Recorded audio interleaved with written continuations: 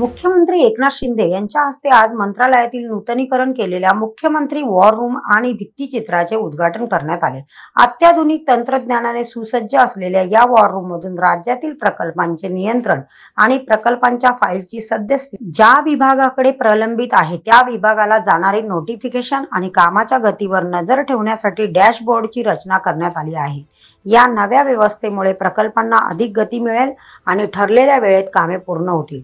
उद्घाटन प्रसंगी मुख्यमंत्र्यांचे अपर मुख्य सचिव विकास खारगे, मुख्यमंत्र्यांचे प्रधान सचिव तथा माहिती व जनसंपर्क महासंचालक ब्रिजेश सिंह आदी मान्यवर उपस्थित होते.